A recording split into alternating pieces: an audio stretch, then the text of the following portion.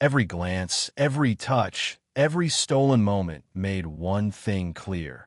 Some attractions are impossible to resist and impossible to ignore. My aunt said, "You grow more charming every time you visit. Do you know that?" The first thing I noticed was the quiet. Not the polite kind of quiet, the one where everyone is holding back words, but a softer, almost fragile stillness that filled the room like the last note of a song lingering too long. I stood in the doorway, boots scraping the worn wooden floor, and for a second I wasn't sure if I'd been seen. Then she looked up. Her eyes, sharp, steady but not unkind, caught mine. She was sitting cross-legged on the couch, a mug in her hands, the steam curling toward the ceiling like a lazy question. I felt my stomach twist in the kind of nervous anticipation I hadn't experienced in years. Maybe ever. She was mid-40s, confident in the way that came with experience, yet somehow still delicate, the kind of woman who made the room feel warmer simply by existing in it.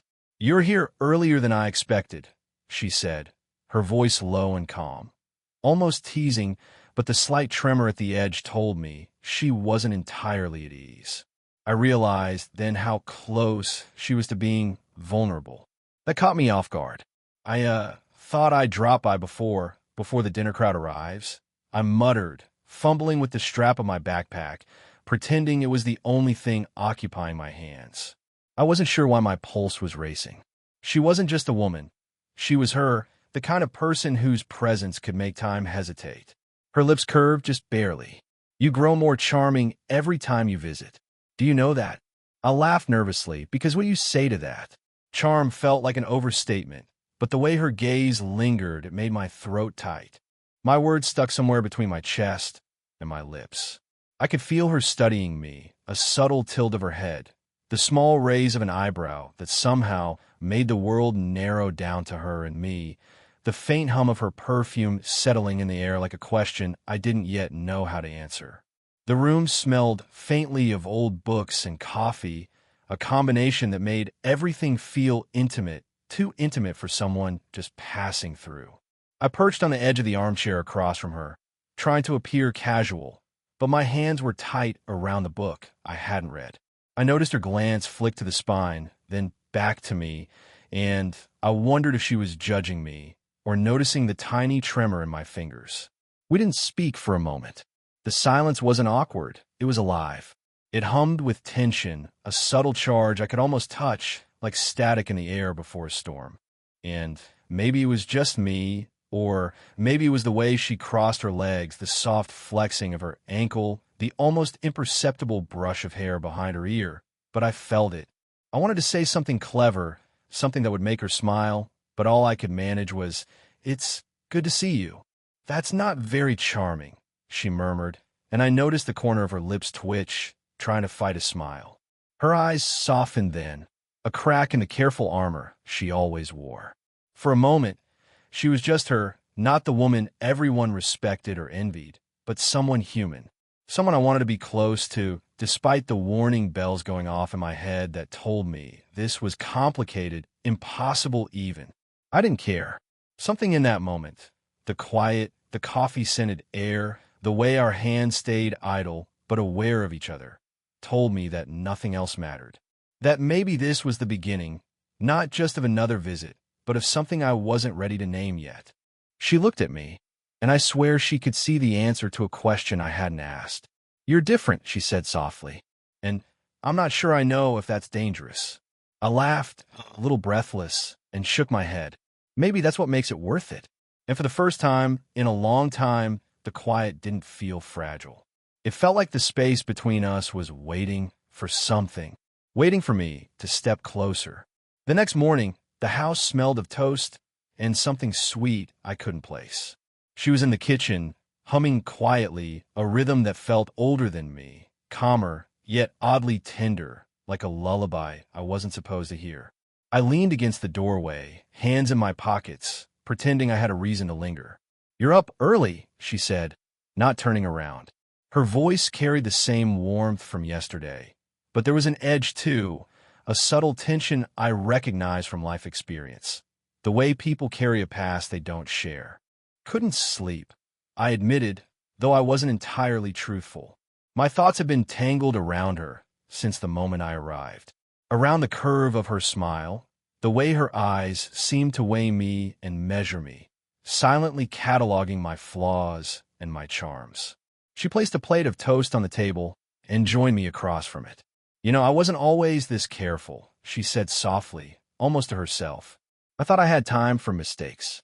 I guess I learned the hard way. I glanced at her, curious but cautious. Mistakes. She shrugged, a small, almost embarrassed motion. Life. Men. Things I thought I could control. I was younger once, reckless, but not stupid. You learn, eventually. I nodded, feeling the strange pull of understanding of someone who had carried more weight than I could imagine, but was still here, still alive, still radiant. I wanted to ask her more, to probe gently into those quiet corners of her life, but I hesitated. Something in the air told me she wouldn't give the answers willingly. And maybe that was part of the danger. Because, of course, it was dangerous. The thought had been flickering in the back of my mind since yesterday. The age gap, the distance of experience between us, the unspoken social lines that told us we shouldn't cross. And yet, there I was, watching her brush crumbs from her hands, wishing I could linger just a moment longer in the scent of her hair, the warmth in her posture. She caught me staring once, and her lips twitched in that near smile that made my stomach tighten. "Do you always look so serious?" she asked, teasing, but I caught the softness behind the words, the acknowledgement of the tension between us. I don't know," I said honestly, feeling heat rise to my cheeks. "You make it hard not to." There was a pause, a flicker of something unspoken between us. She reached for the sugar bowl, her hand brushing mine. The touch was brief, casual to the untrained eye, but electric to me. My fingers tingled where hers lingered a fraction too long. Neither of us pulled away. I wanted to ask if this was okay, if this was safe, but the words stuck in my throat. Instead, we shared a quiet look, and in that instant, the room contracted, reduced to the two of us, to the toast, to the lingering heat of fingers brushing, to the subtle pull of curiosity and desire that neither of us dared name aloud. "Do you remember the last time you were here?" she asked suddenly, and I realized she was threading us back to a memory one I hadn't even thought about. I did. The first time I'd visited this house, years ago, awkward and shy, stumbling over words. And she had smiled at me then, patient, amused, but attentive in a way that made me feel seen. "I do," I said, my voice low. "I remember." Her eyes softened, and she reached across the table, resting her hand near mine. The gesture was small, tentative, but deliberate. The air hummed around it, and I realized that in that quiet kitchen, with toast and sunlight, something had shifted. Something was starting. Something dangerous. Something real. By mid-afternoon, the house was quieter than usual, almost unnervingly so. I found her in the study, papers spread across the desk, a pen in her hand. She looked up at me, eyes sharp for a fraction of a second before flicking back to the page. "You've been staring," she said, calm but not entirely steady. I wasn't," I mumbled, trying to sound casual, failing spectacularly. My heart was hammering in my chest. Every glance at her made it harder to think straight. Every small movement a reminder of the line we weren't supposed to cross. She smirked, barely hiding the awareness that she knew exactly what I was thinking.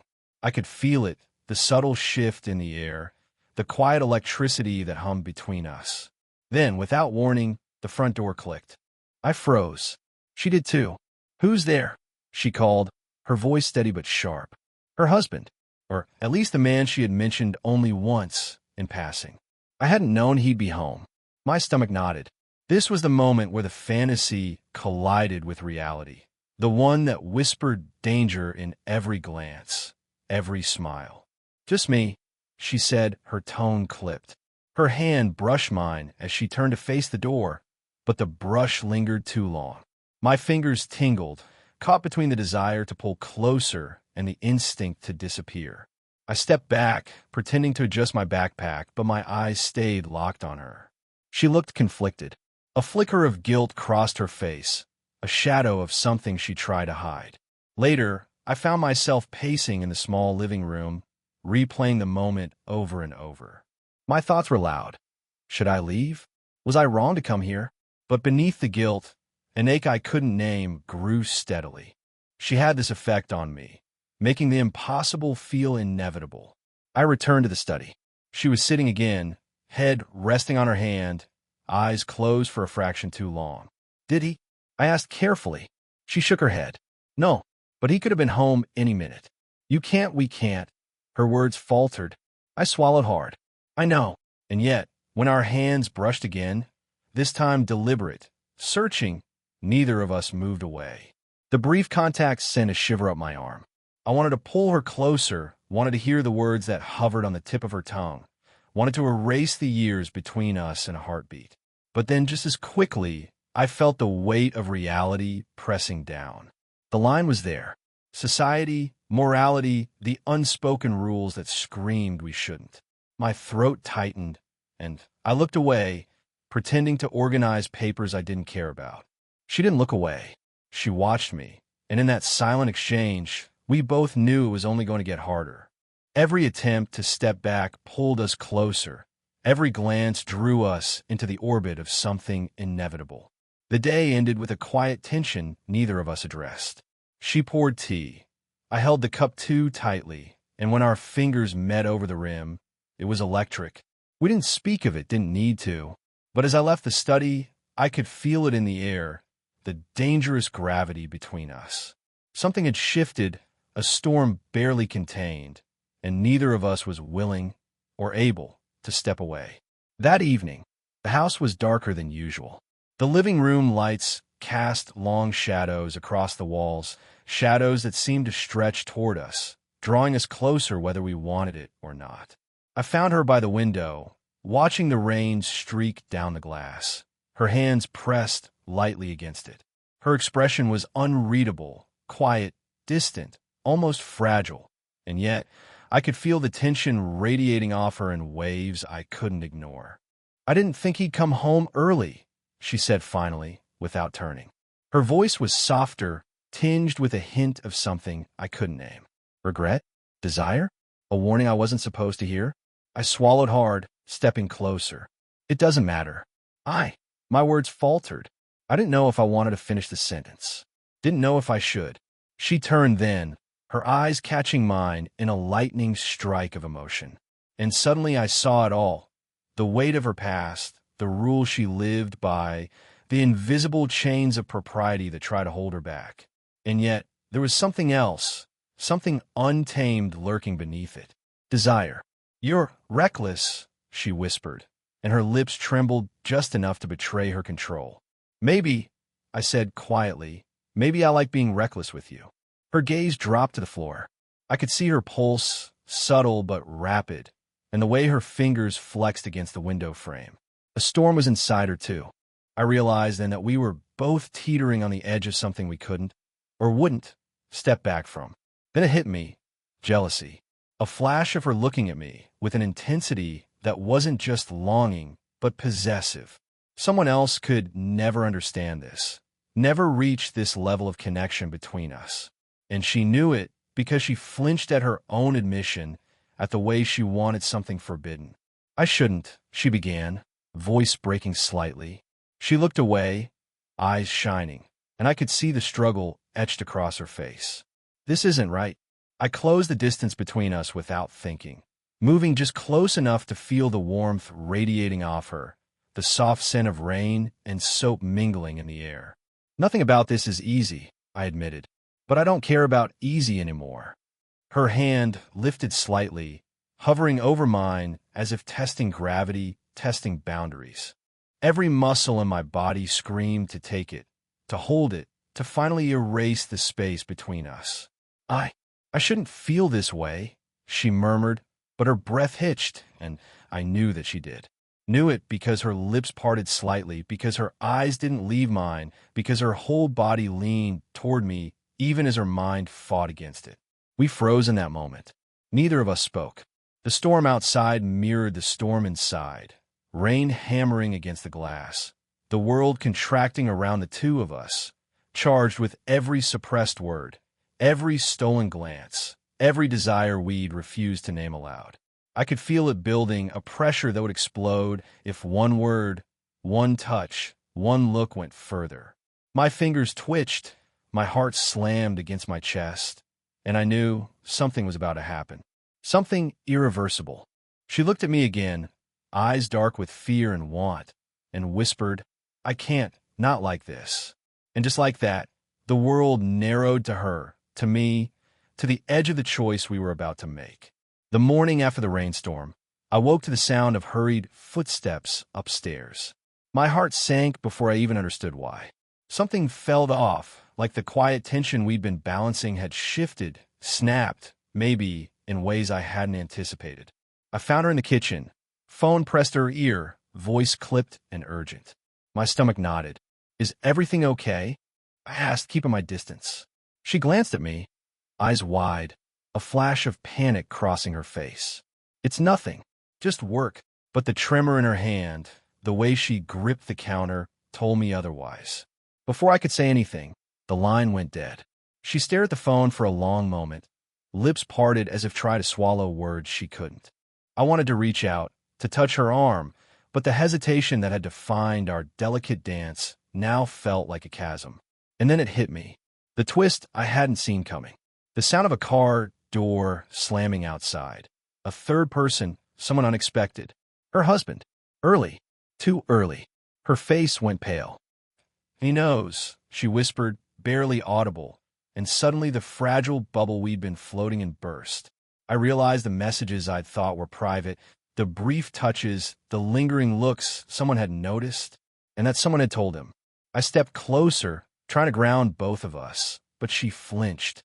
I didn't mean for this," she said, voice shaking. "I thought I could manage it, keep it quiet." I felt a surge of anger. Not at her, but at the situation, at the invisible forces that had been pulling at us all along. "It's not just about keeping quiet anymore," I said, heart pounding. "It's dangerous now." Her hand shook, and I saw her wrestling with the impossible choice: protect what she'd built or finally give in to what she wanted. The stakes had changed. Every heartbeat, every glance, every stolen moment we'd shared suddenly carried consequences that weren't ours to decide alone. I wanted to tell her it would be okay, that we could find a way through it, but I didn't have the words. Instead, I reached for her hand. She let me, briefly, and I could feel the tremor in her fingers. "We can't pretend anymore," I said softly. "Not after this." She bit her lip, eyes glistening, and in that moment I saw it. The conflict between duty and desire, between fear and longing. She was standing at the edge, and so was I, and the choice wasn't easy, but it was ours to face together. Maybe we should step back," she murmured, but her voice betrayed her. The hesitation, the longing, the need all laced through it. I shook my head. "No, we step forward, or we don't. But we don't hide anymore." Her breath hitched, and for a moment, the world held its breath with us. The revelation had changed everything, and yet, in the raw honesty of that moment, I realized something profound. Danger, risk, and all, I didn't want to let her go. Not now. The storm outside had passed, but the storm inside us was just beginning, and neither of us was ready to turn back. I found her in the study again, the one room where we'd been caught between words, between glances, between everything we hadn't admitted. She was leaning against the desk, arms crossed, shoulders tense, as if bracing for a verdict the world might hand down. I stepped closer, heart hammering, and the air between us felt impossibly thick. "We can't keep pretending," I said, voice low, almost ragged. "Not after what happened." Her eyes met mine, and I saw the truth there, raw, unguarded, desperate. "I know," she whispered. "I shouldn't feel this. I shouldn't want this." And yet, her words trailed, swallowed by a breathless pause that said more than anything could. I reached for her hand, finally closing the distance, feeling her tremble beneath my fingers. "I can't stay away," I admitted. "I know it's complicated, risky, but I can't stop." Her lips parted slightly. She looked at me like she wanted to argue, to pull back, but every protest was drowned out by the tension that had been building for weeks. I saw the conflict in her eyes, fear and longing, guilt and desire, restraint and surrender, all colliding in the storm she tried to tame. I'm afraid, she confessed, voice cracking. Afraid of what it means. Afraid of losing control. Afraid that you'll leave. You won't, I said softly. I'm not leaving. Not now. Not ever, if I can help it. For a heartbeat, the world narrowed to us. The room, the rain faintly tapping against the window, the faint scent of coffee and her perfume, the quiet hum of a storm we'd both carried inside for far too long. Then she did something reckless, something human. She leaned just slightly closer, testing the space between us, as if daring me to meet her. And I did. I moved forward, closing the gap, letting my hands cradle her face gently. Her eyes fluttered shut, and I could feel the pulse in her neck, the warmth of her breath, the tension of every inch of her body relaxing against mine. I want this, she murmured, barely audible, a tremor in her voice that made my chest tighten. I've wanted it from the start, I whispered back. We didn't kiss. Not yet. But the energy between us was a promise, a fragile but undeniable bond that had been forged through glances, hesitations, and stolen moments. The line between fear and desire had blurred, leaving only truth. We wanted each other, dangerously, impossibly, beautifully. For a moment, we simply stood there, holding on to each other, letting the storm outside mirror the one we'd carried inside. Words were unnecessary. Every heartbeat, every slight touch, every shared breath spoke volumes. And then she pulled back slightly, eyes searching mine. I don't know what happens next, she admitted, voice soft, raw. Neither do I said honestly. But I know this, whatever comes, I won't regret it. Not you. Not us. The rain tapped against the glass. The future was uncertain, the path messy, and yet, in that room, in that quiet, electric moment, we had found each other. And for now, that was enough. The next morning, sunlight spilled into the kitchen, soft and warm, washing over the two of us in a quiet, golden glow. She was already there, sipping her coffee, eyes thoughtful as she watched the steam curl into the air. I leaned against the doorway, taking it all in, the ease of the morning, the ordinary peace that felt extraordinary after the chaos of yesterday. She looked up, and our eyes met. No words were necessary. The tension, the longing, the fears, they were still there but softened, folded into a shared understanding.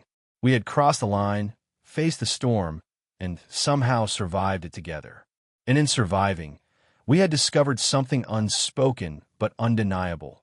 We mattered to each other, fiercely and fully, in ways neither of us had dared imagine. I still can't believe we did this, she said, voice low, almost laughing at herself. There was relief there, but also a hint of disbelief, the kind that comes after stepping into something you weren't supposed to. I smiled, brushing a strand of hair behind her ear. Neither can I admitted. But I'm glad we did. No regrets. She tilted her head, a soft, genuine smile spreading across her face.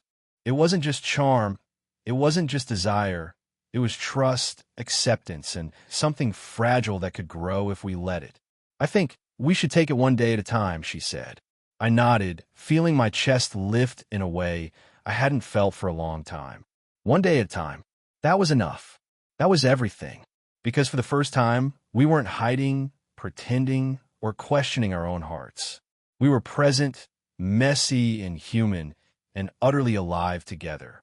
We lingered in the kitchen, sharing small touches, quiet laughter, and the kind of conversation that doesn't need to fill every silence. Outside, the city woke up, indifferent to our little world, but inside, time felt suspended, and every heartbeat carried a promise. I knew there would be challenges ahead. The world doesn't pause for love, and neither do life's complications. But we had found each other, and that mattered more than anything else. And somehow, that made everything else feel manageable. She reached for my hand, squeezing gently.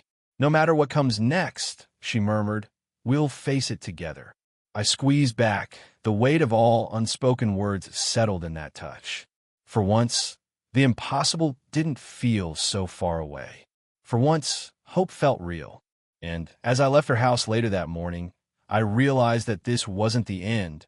It was the beginning. A slow, messy, beautiful beginning that neither of us could have predicted, but both of us had earned. Did you enjoy the story?